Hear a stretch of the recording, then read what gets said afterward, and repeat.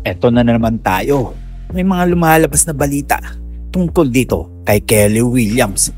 Well, lumalabas nga sa social media na si Kelly Williams nga daw posibleng malipat sa ibang koponan. Well, anong koponan nga ba ito? Yan ang pag-uusapan natin. Si Kelly Williams nga medyo marami nang nakong kampyonato sa TNT Katropa. At alam naman natin na si Kelly Williams magre-retiro din dito sa koponan na to. Isa nga ito sa mga batikan o veterano ng TNT Katropa. At marami nang naibagay na kampyonato itong player na to. Well, may taas nga itong 6'8" at talagang makakatulong pagdating sa loob at labas. Well, isa nga ito sa mga kinatatakutan ng mga team dahil alam naman natin na si Kelly Williams isang tirador pagdating sa loob. Well, mahilig nga itong dumakdat at magaling pang tumira sa labas.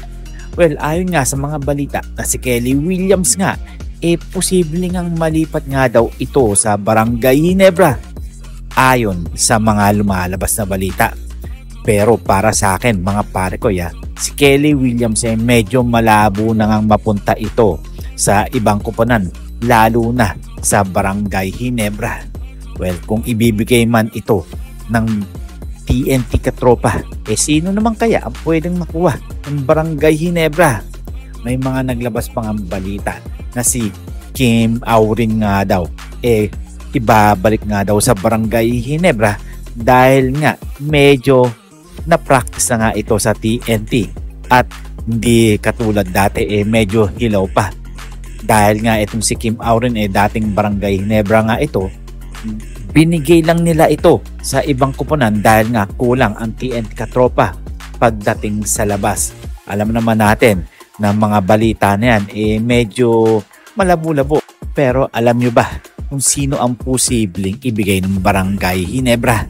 Siyempre, isa na dyan ay si Von Pesmal. Well, alam naman natin ang TNT Katropa naghahanap nga ng shooter. Sino nga ba pwede ibigay?